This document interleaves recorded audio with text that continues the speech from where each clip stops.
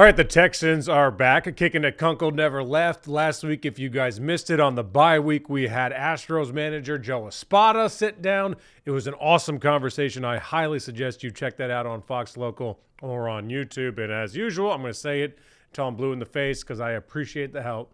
Please like, share, subscribe to everything, whether on YouTube or on Fox Local as well. Now, this week, I sat down with Nico Collins. Now, not in the conversation is the fact that he was fined for tossing the ball after he scored a touchdown to a fan in the Titans game. That was the last home game that we had before the bye week. And he is appealing for this. So as I record this to you, it is Thursday. He's appealing it. I don't know when we're going to hear about this, but he was fined for tossing that ball into the stands. I also have a message out to the NFL that I've yet to hear back as of this second right now. So that's not part of this conversation. This conversation otherwise, though, is a lot of fun, and I hope you guys enjoy it. On the back end, we're going to talk about the Astros, some of the deals that they're looking to make, the Rockets, holy cow, and Texas against Clemson, all that on the back half.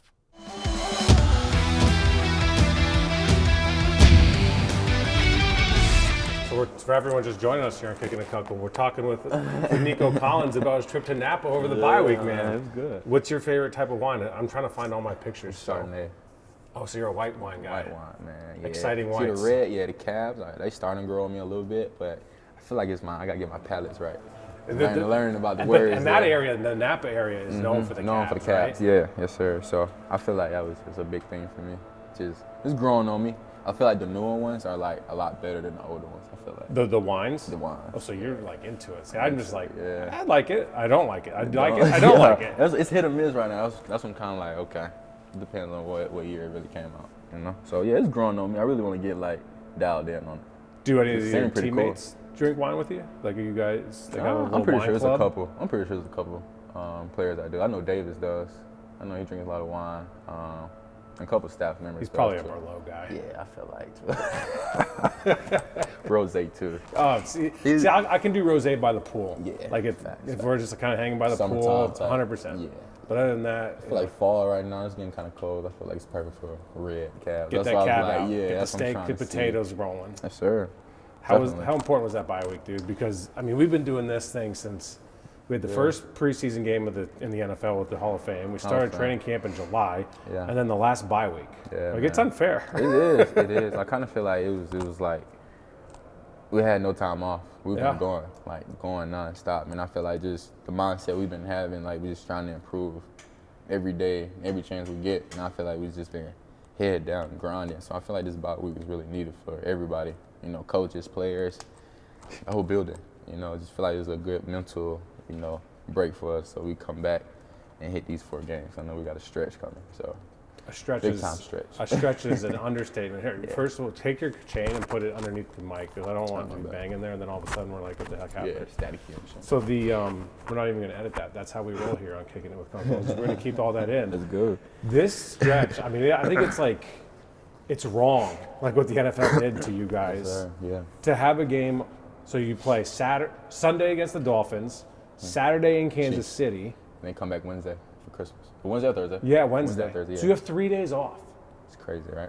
I mean, it's wrong. I mean, it sounds corny, but it's like mean. Yeah, it is. I mean, it's wrong. I didn't think that was like impossible, but clearly it is.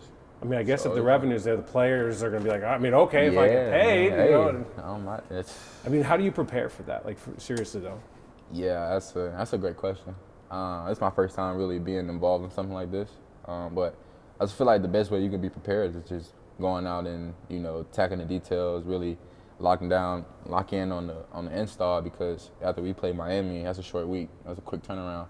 So I guess you usually have to watch the game film from Miami, get the install, improve from that, and get ready for KC. That's a whole another install. And while taking care of your body, you're doing the extra work, because that's a shorter week. I'm assuming we probably had practice like 2-3 times before. Can you? Yeah, I'm not sure. I think so. I mean, we talk about Thursday night football as an issue. Like, guys don't like. Do you like Thursday night football, like the short week? Not really. That's what I'm saying. Nobody does. Really. Like, it's become part of it. But to have 3 days off. 3 days off.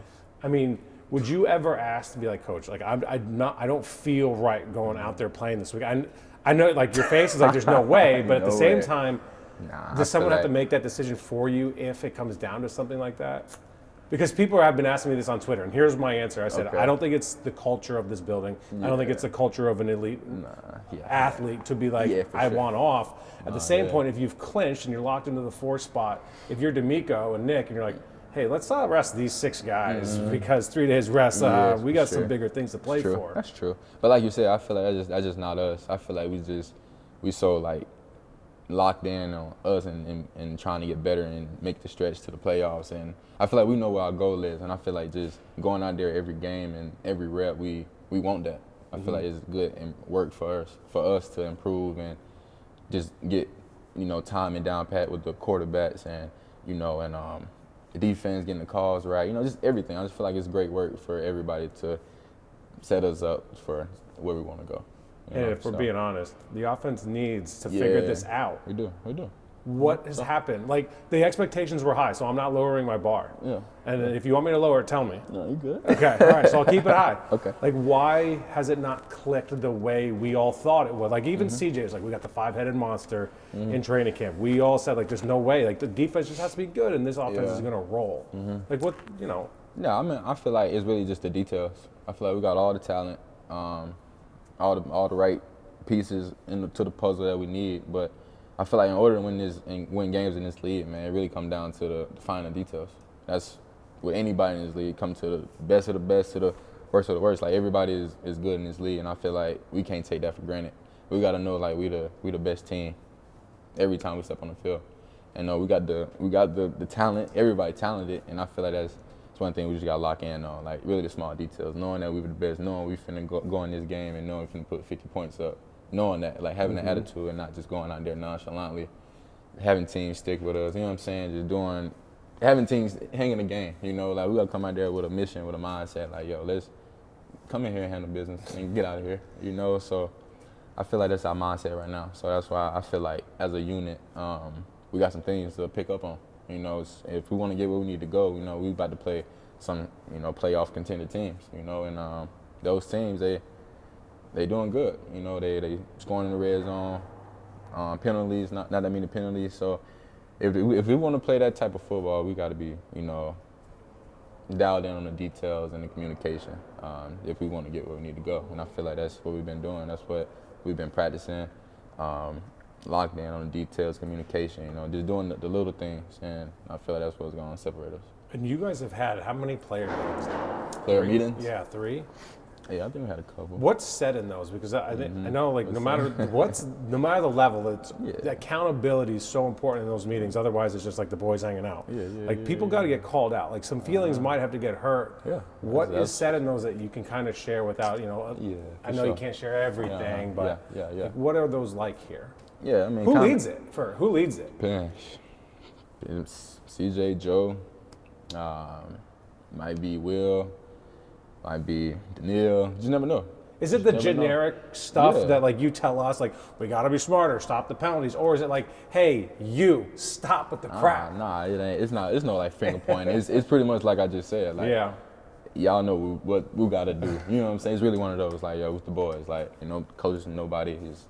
Yo, let's, like, come on, y'all. What are we doing? Like, we know where we want to go. We know how much talent we got, like, in this locker room. Like, can't nobody mess with us when we own it. It has to be frustrating because you look at the roster and you look around the locker room and you're like, why? And it's not like you're bad. It's not like the team isn't in a good position. Like, you're going to be in the playoffs. That's the problem. But like, and here's the problem: is that standard's high, right? And last year was so good, and we had all the expectations. So, but that's what you want, though. I feel like that's what you want. And as to be a great football team, it's going to be high expectations. People are going to expect you to go out there and do your thing. And I feel like that's what we built for.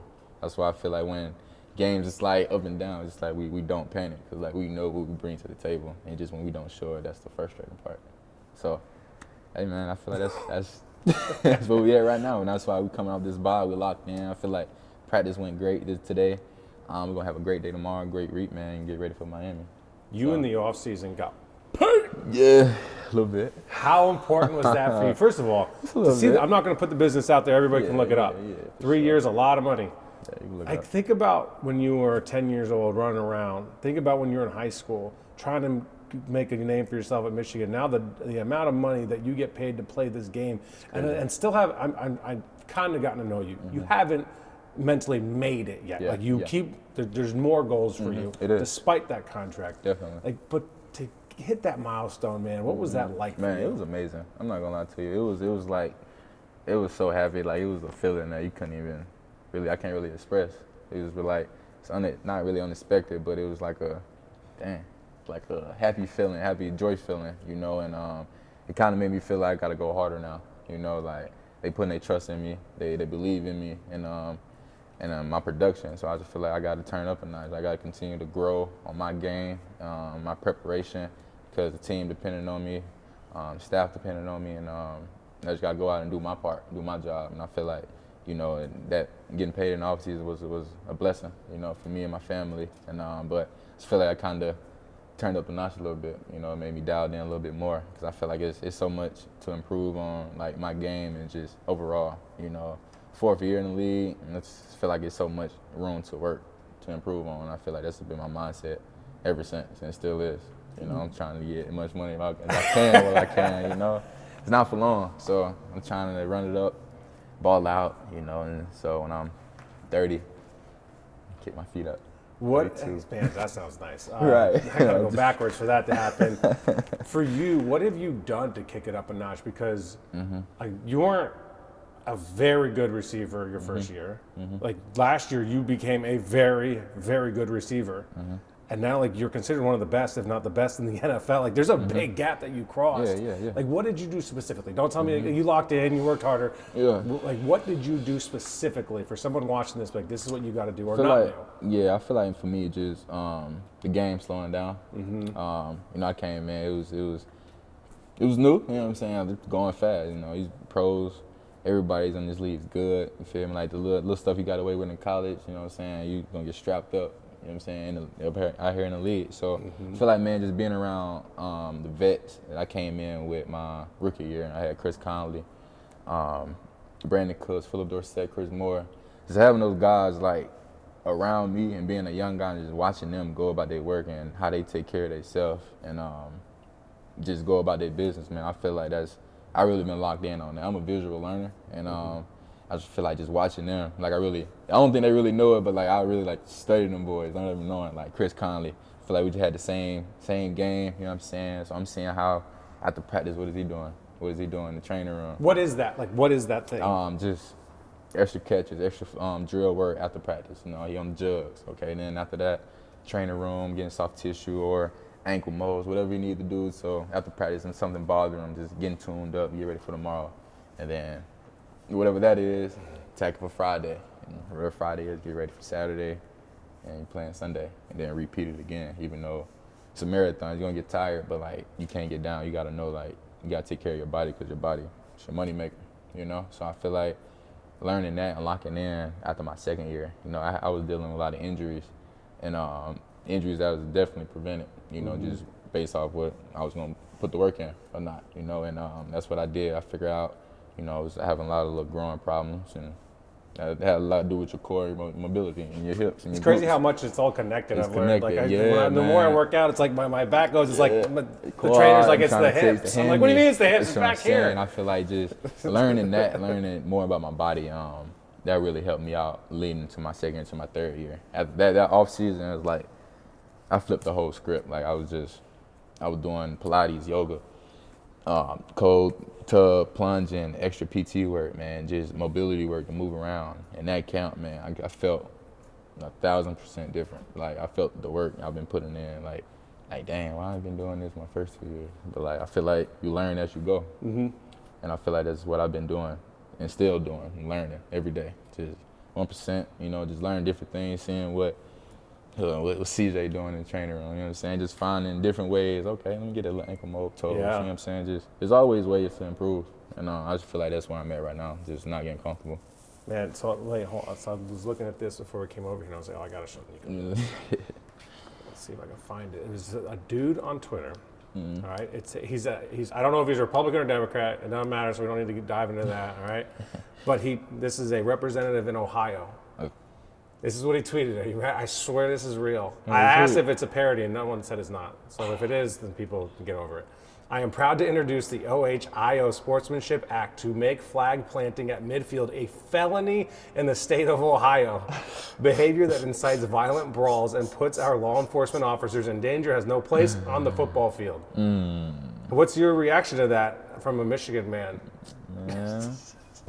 It's crazy because if the roles were reversed, but you pretty sure if Ohio State would have won at Michigan, they probably would have tried to plant their flag in the middle of the field. And it's football, and you know if you play football, you know it's a fun game. It's a competitive game. You know if you never played football, you're gonna have your opinions about it. All right, last one. Can you say Dare's last name? Ooh, Dare. Yo, this is wild to me.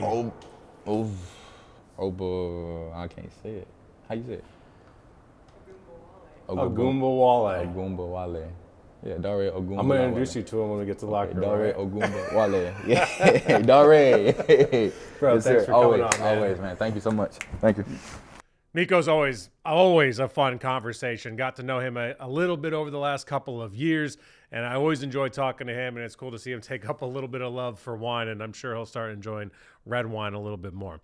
Let's wrap up the Texans side of this here, because the Dolphins come to town on Sunday, and then they are on the road in Kansas City on Saturday, and then they have 3 days off before the Ravens come to town on Wednesday. That's Christmas Day, and then finally they wrap the season up, hopefully Sunday at noon in Nashville against the Titans. I say hopefully because if they win this weekend against the Dolphins and the Colts lose in Denver, then they are secure in that 4th spot, so the league will probably not move that final game against the Titans. They'll just kind of bury it at noon on Sunday versus making it a standalone game on Saturday. So the idea is that game just doesn't matter.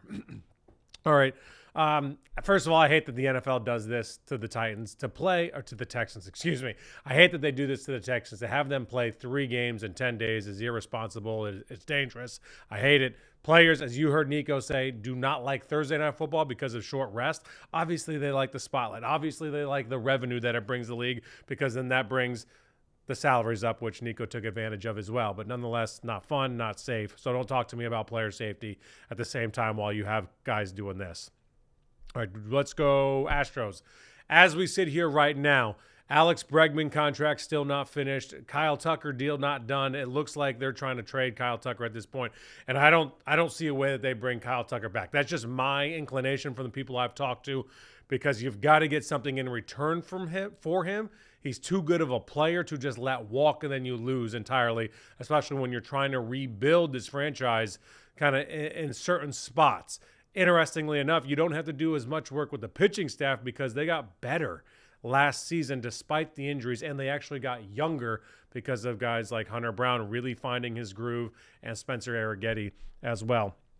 Bregman deal, they're going to have to pay him to want him. You saw what happened with Juan Soto going to the Mets. This now opens up the Yankees being a bidder on Alex Bregman.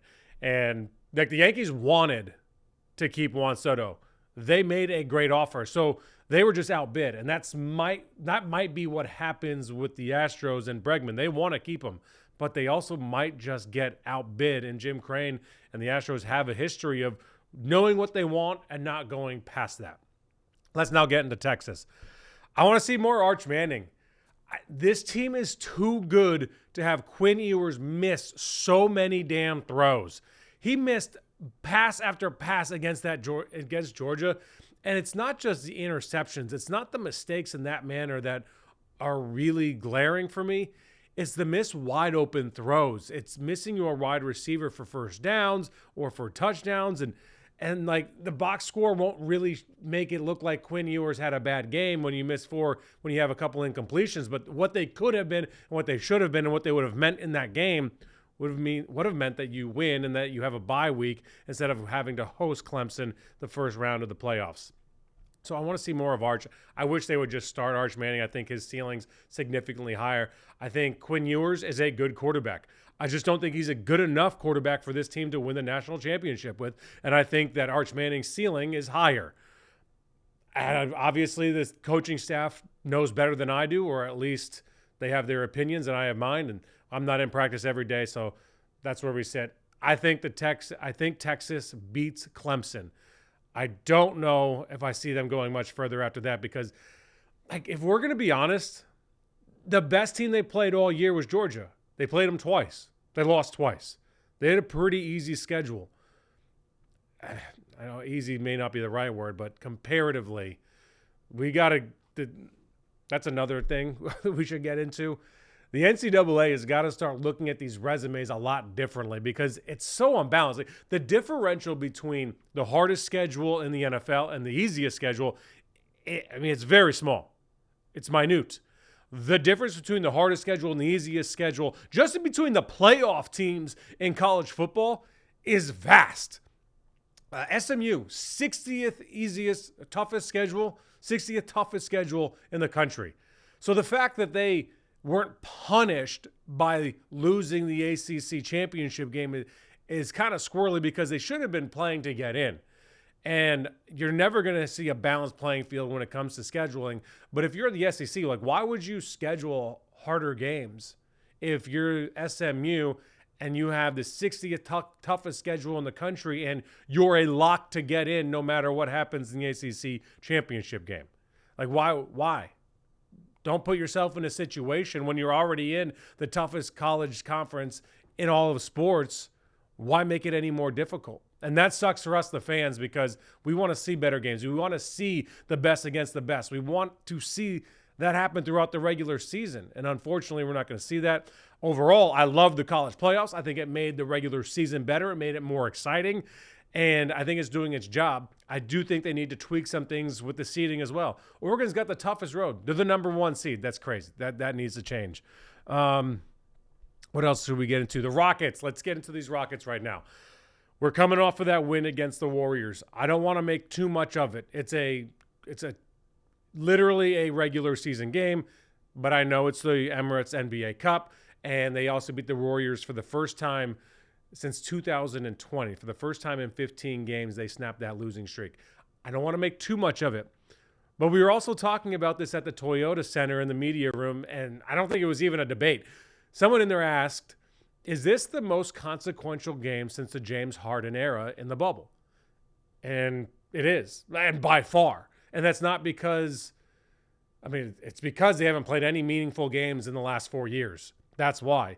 And it's not because this game was so big, it was so monumental.